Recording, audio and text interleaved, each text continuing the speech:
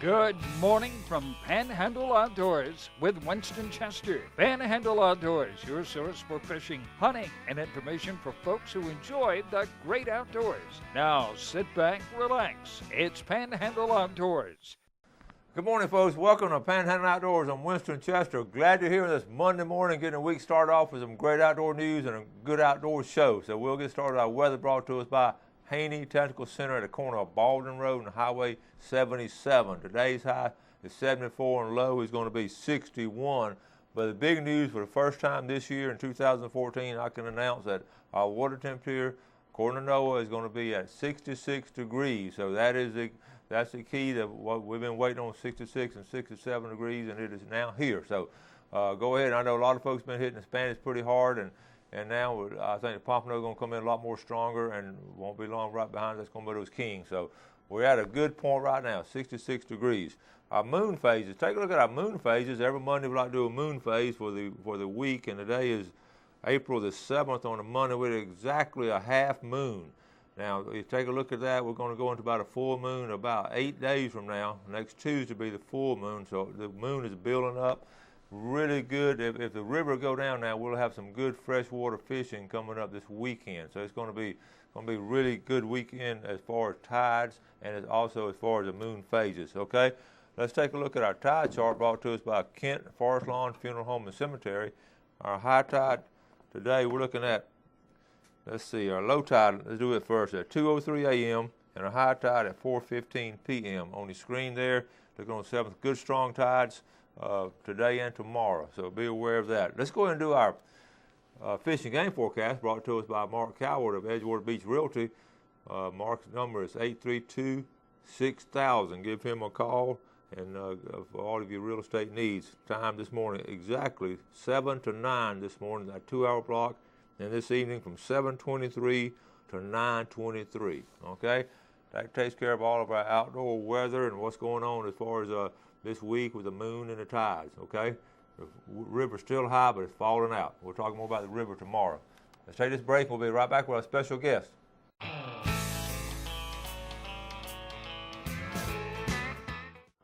All right, welcome back, folks, and welcome to familiar face here in Panhandle Outdoors, Steve Petty. Hey, glad to see you, Winston. Good friend and a good fishing buddy, but you've been so busy, we hadn't had a chance to fish much lately. Well, I haven't had a lot of time, but I'm going to try to make a little bit of time. It's that time of year, and with the water temperature getting up to 66, then it's fixing to get crazy out there. That'll get good. We're going to have to get out there some. Well, I was thinking about you the other day, I saw on TV, they bulldozed your boat place down out there, making a new room for the Hathaway Bridge flyover and all that, and somebody called me up and said, they bulldozing Steve's place down. Yeah, they threw us out. DOT bought that property, and they had us move out back before the first of the year, which wasn't a problem for me. I mean, locally, it's our slow time of the year, so it actually saved me some money. I continued selling boats. A majority of my business is internet. Yeah. So I sell boats all over the world. Yeah.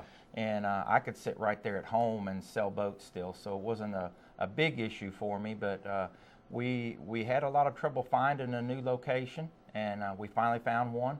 So we're working towards getting that open. We're a little bit behind schedule. I wanted to be open already, but we'll be open sometime, hopefully towards the end of the month.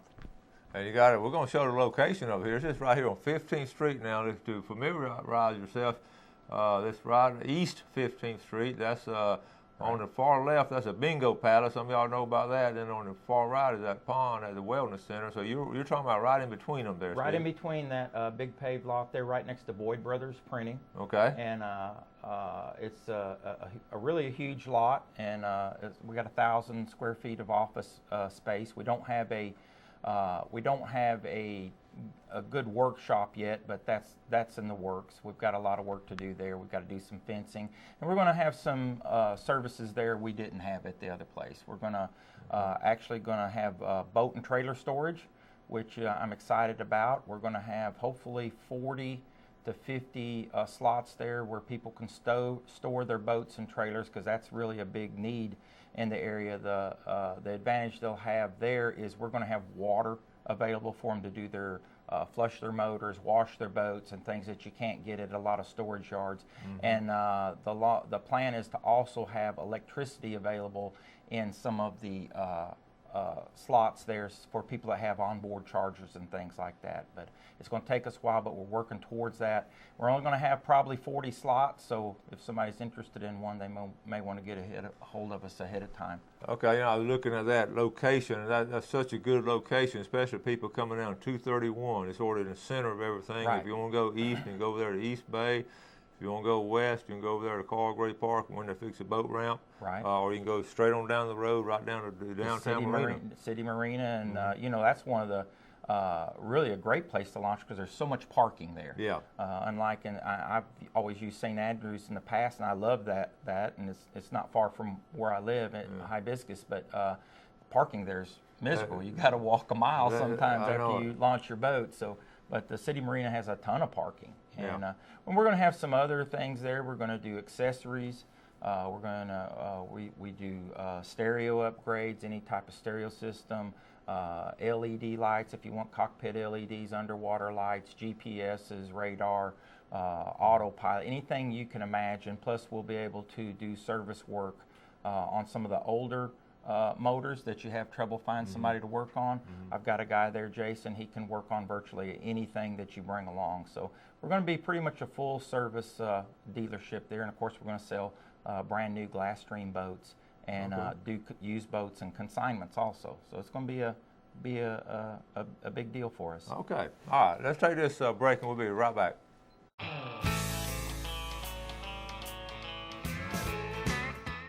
All right, welcome back. Sitting with Steve Petty, one of my fishing buddies. When we both get a chance, well, both of us get a chance to go fishing. Been tough, as busy as we've both been, but both of us to go. we're gonna catch up with it pretty soon. I was looking at this fishing report that Mitch Coleman sent in with Florida Days Adventures at Mexico Beach. Steve and I are talking about Mexico Beach. Let me give you a quick fishing report on Monday morning for Mexico Beach. He said his water temperature is good down there. Friday it was 65, so today I'm sure it's 66. The Spanish are hitting spoons and mackerel trees along the beaches from Windmark to Crooked Island, and we showed that last week on Google Earth. That little Windmark area right there off that beach is probably the #1 spot to go Spanish mackerel fishing off of Mexico Beach area. The average length now is 15 inches, so they're getting a little bit bigger. Sheephead are biting good on the structure, 20 to 30 feet. Use live or dead shrimp.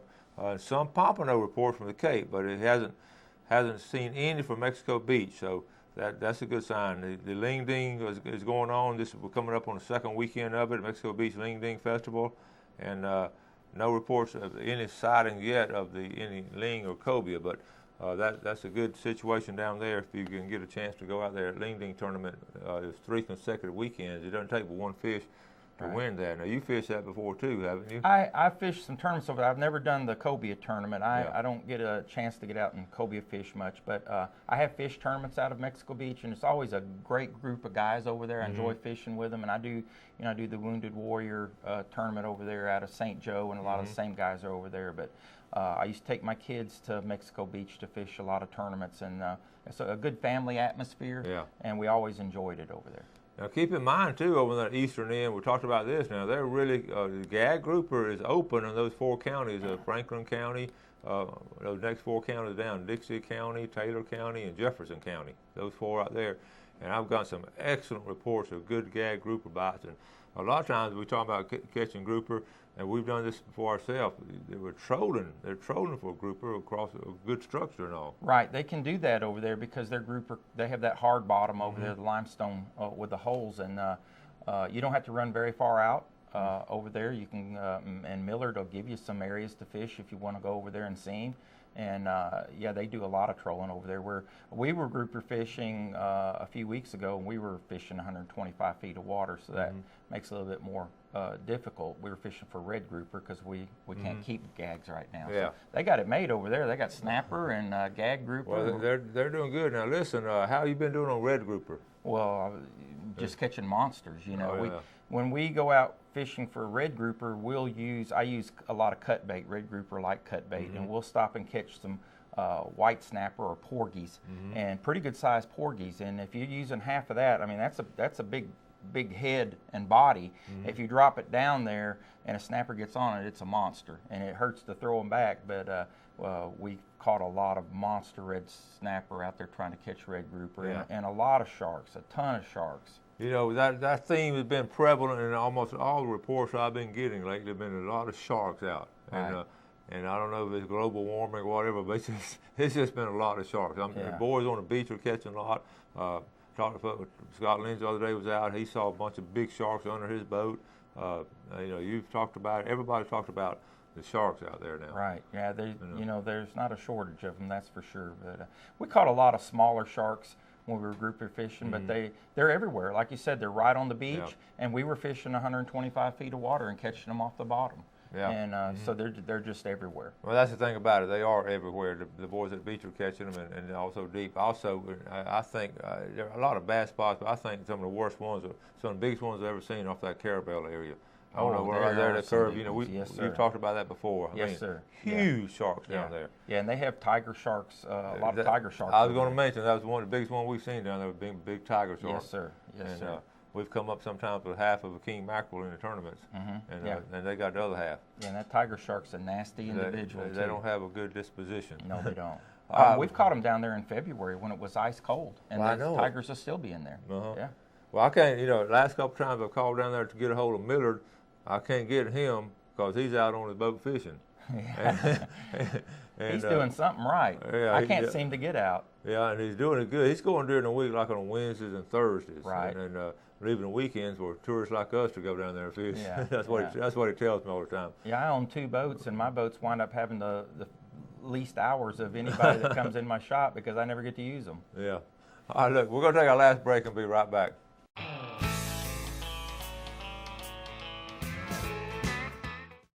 All right, welcome back. So here with Steve Petty from Direct Marketing Boating, Direct Marine Marketing. Okay, we're here on East 15th Street. I'm going to open up a place for storage of your boat over there and some boat services.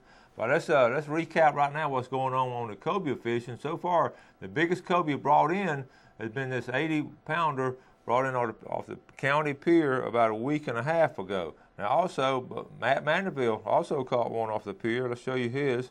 It's right down here. Matt Mandeville just brought this one in right here. And that's a big fish there. So that is a big one I right don't know there. how much that one weighed.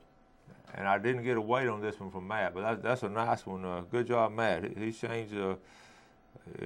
That's just a good cobia right there. So that's a.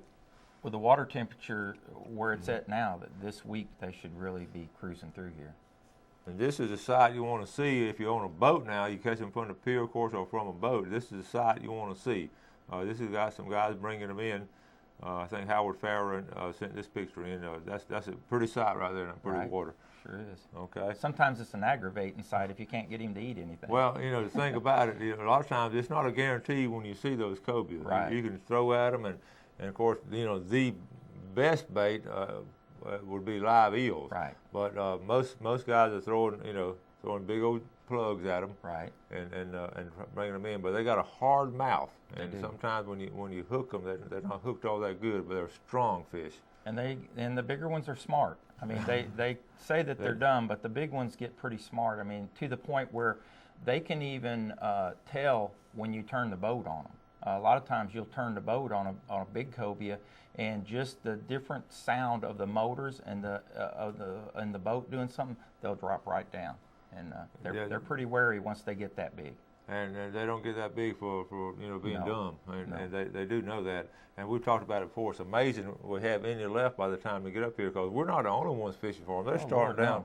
They're starting way down in the Keys, and they're targeted as they start migrating up through Fort Myers and through Tampa and around the Big Bend, off Carabel, here, Destin, Pensacola, and get around Mobile. And I mean, every fishing community has a large group of cobia crazies. Right. And same thing on the East Coast too. We think it's just a Gulf thing, but it's not. They're on the East Coast. Yeah. I fished the SKA tour over there, and we would catch them on our kingfish rigs. Fishing out of Brunswick, I fished that tour out of that division out of Brunswick, and we would catch cobia with a kingfish rod, and boy, then you've got to fight, because we use like 15-pound tests. So, and you get a 40, 50-pound cobia on, and you're afraid to break it off. You're pretty sure it's a cobia, but you're not positive, so you fight it and fight it and fight it till you can get a sighting of it. You know, it's fun fishing those tournaments. You know, I've been on the Atlantic coast side, but I know you did a lot of fishing over there with Kingfish. Are they still going strong with SKA over there? Yeah, it's still going real strong. It's the world's largest saltwater tour, and it's a lot of fun, but it's a lot of work. It's a lot of work, and so was I fished the Pro Tarpon Series. Same deal. I mean, because that's week after week after week. Myself and Linda Cabot, she fished on my ladies team down there, and every week for 8 weeks we were leaving on Thursday and coming back Sunday, and it was tough. It's not as glamorous as it looks on TV. No, it's not. It's a lot of work and a lot of expense, and you got to win once in a while to offset your expenses. So. Well, you can't get in sponsors if you don't get up in the money board. But I enjoy just getting out and going here locally. Right now is a great time to go. You got Spanish right off the beach. You got cobia right off the beach. And we were talking during the break. If you're out there, if you got some young people and you're cobia fishing, let them troll for Spanish back there. But keep yourself a kingfish rig ready. And if you can get one of those Spanish that's not hook bag, put him back there on a kingfish rig, and you'll be surprised. You'll catch a 20, 30, 35-pound kingfish back there because they follow those Spanish in and they love to eat them. It's just hard to fish with them because you can't keep them alive. Yeah. Like we said, the last 2 weeks now, Spanish has been red hot. Some of the best places to go. We pointed out on Google Earth on Friday's fishing report. Right through the pass there, coming into the pass out of the mouth of Grand Lagoon, back up on a Beach Drive and over toward Redfish Point. Made that big loop right there. If you're down in the Mexico Beach area, fishing off Windmark Beach is an excellent place. So buoy lines probably got a few on there. Oh yeah, the buoy lines around Mexico Beach are always really dependable on fishing. And between the piers here on the beach. Yes. And if you're fishing around a pier, stay out of the casting distance of those guys. I mean, most people are good about it, but some people, I think, they're not doing it out of meanness. I think just doing it out of ignorance, not knowing that, that they're getting that close. Because those guys can really cast with those big cobia rods. All right, let's take a look on this tournament. We talked about this tournament the other day. The Gulf Power Transformers Charity Redfish and Trout Tournament. About a little bit over a month away. Go and put it on your calendar on May 24th at McCall Everett Park. Now that's up there by the Deer Point Dam. That's on the saltwater side of the Deer Point Dam, on the west end over there. The entry fee is $60 and Big Slam $10. And all this money they make is going straight toward charity. And they've got 2 or 3 really good charities. We'll talk more about it. We'll try to get some of those boys to come on the show and talk about it and all. But it's going to be a good group of boys doing it. I want to encourage you to do it. Now, just the other day, we were able to take the Mosley Outdoor Ed kids, speaking of Mexico Beach, took them down to Mexico Beach to our annual sea oak planting, and we'll have that video for you pretty soon. But this is a group of 56 Mosley Outdoor Ed and Science Club students, and we planted right at 2,000 sea oaks, and real proud of these kids, and they had a great time on a service project, and not just a field trip where they just go out there and play around, but they had to dig in the sand and have fun. That's good to see those kids out there doing that sort of thing. Yeah, it's enjoyable to do that. We pick the seeds in the fall and plant them in the spring. Now, get back now. Your place was going to be right there on 15th Street. Right, 339 East 15th. Okay. I'm closer to the factory now, which is handy for me, but I'm further from the house. So. Oh, that's true. So you'll balance out. Yeah, but I go to the factory so much. It's nice to be closer to them and to be right there. And I think we're just in a great location, and with the extra room we have, we're going to be able to offer so many more services. Well, check out. There's going to be some really good boat stores there for your friends. Maybe that don't want to, if they live up in Dothan or somewhere and don't want to bring the boat back and forth, it'd be a good place to store the boat down there. Well, and a lot of people live in condos and live in subdivisions where you can't keep a boat, and so they've got them stored at different storage locations, but they can just store them there. Then they've got the problem with how do you wash it down, how do you flush your motor and things like that. So we're going to be able to do that for them. But that's just going to be a small part of what we do. Our biggest portion of our business is still going to be sales and selling Glasstream boats. I don't know if you saw on the news, but Glasstream is opening a new factory. My biggest issue is getting boats from them. I'm single-handedly been the largest seller of Glasstream boats in the world for the last 4 or 5 years, and this time of year, my biggest problem is getting boats. I just cannot get enough boats. So opening a new factory and going to move the small boats into that factory. So hopefully, we should theoretically will double or possibly even more than double our production, and I'll have a lot more boats available to sell. Now, how was the Miami Boat Show this year? It was my best Miami Boat Show. I think it could have even been better, but we were kind of scattered out. Our boats are so fast and they're so beautiful that our engine manufacturers always want one. Yeah. Suzuki, Suzuki is a very reliable motor, but they've never been known for being fast. Well, they got one of our 32s, all of a sudden Suzukis were fast. And in fact, it was so fast that the president of Suzuki ordered a helicopter and shot footage, and it's on our website. The last 2 years they've shot footage of the 32 Suzuki powered 32s going. So we had a Suzuki boat, new 280, and we had a 32 in the Mercury booth with the new 350 racing Verados. And so I was running back and forth between where the boats were in the water and the show, and worked myself to death. But I actually sold more boats this year. Now, I sold some on the way home. I had a 280 with me with Suzuki's on it, and I had some customers around the state I've been talking to, so when I left I took it, and kind of something I learned from George Garcia when I worked at Mariana Toyota. If they couldn't come to us, we'd drive it to them. Well, I took the boat and put it in their front yard, and I visited with several customers on the way home and actually brought a deposit with me. That's truly direct marketing, isn't it? I mean, yeah, directly direct. to the That's to the exactly yard. right. Yeah. Yeah, absolutely. You know, yesterday I delivered that new 221 to Joey Pennington up in Enterprise, and I'd been talking to a gentleman from Troy, met him and picked up his deposit on the way home to build his 221. So yeah, you just get out there and go do what you got to do. Okay, and folks, it's a boating season and fishing season, so I'm going to have to take off some time. We'll have to go fishing pretty soon. We'll do it. Let's do it. All right. That's about the only time I'll go is if I'm fishing a tournament, or if you say, hey, let's go, shoot some footage, then that kind of forces me to go. Otherwise, I get to feeling guilty and I won't go by myself. I'm the same way. Yeah, I'm the same way. Well, Steve, thanks for coming on, buddy. Oh, thanks for having me, Winston. Good luck in the new location there. Yes, sir. And folks, as always, we tell you how much we appreciate your viewership and supporting our sponsors, and that's very important to us. And it's important too that also you go out and have a good time in the outdoors, enjoy the outdoors, take care of the outdoors, and always do something good for somebody today. And have a great day, and God bless. Thanks for joining us for Panhandle Outdoors with Winston Chester. Panhandle Outdoors features hunting, fishing, and other activities and information to help you enjoy the great outdoors. Join us next time for Panhandle Outdoors.